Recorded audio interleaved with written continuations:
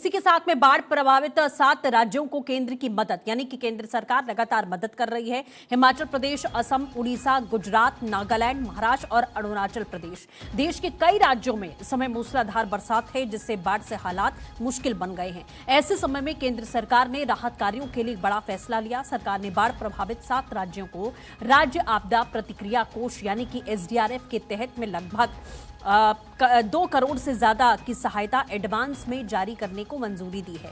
सरकार का कहना है कि इससे राहत और बचाव काम बिना किसी रुकावट के जारी रह सकता है।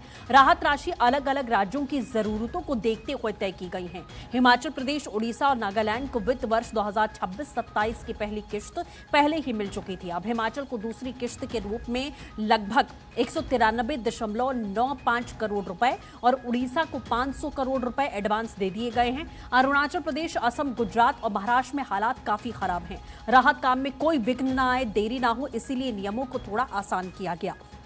बिना किसी कागजी अड़चन के तुरंत किश्त को मंजूर कर दिया गया है। इसके तहत में गुजरात को 500 करोड़, महाराष्ट्र को 500 करोड़, असम को 300 करोड़ के ऊपर यानी कि 400 करोड़ आप समझ लीजिए। अरुणाचल प्रदेश को 44.55 करोड़ रुपए दिए गए हैं और इसी के तहत में 7 राज्यों को लगभग 200 करोड़ से ऊपर की सहायता राशि यहां पर मंजूर की गई है। केंद्र सरकार ने बताया कि बाढ़ से हुए नुकसान का आकलन करने के लिए अंतर मंत्रालयीय यानी कि केंद्रीय टीमें IMCT पहले ही अरुणाचल प्रदेश और असम भेजी जा चुकी है। असम में बाढ़ की गंभीर स्थिति को देखते हुए वहां 2 बार टीम दौरा कर चुकी है। नागालैंड सरकार के अनुरोध पर वहां भी केंद्रीय टीम भेजने की प्रक्रिया शुरू कर दी गई है।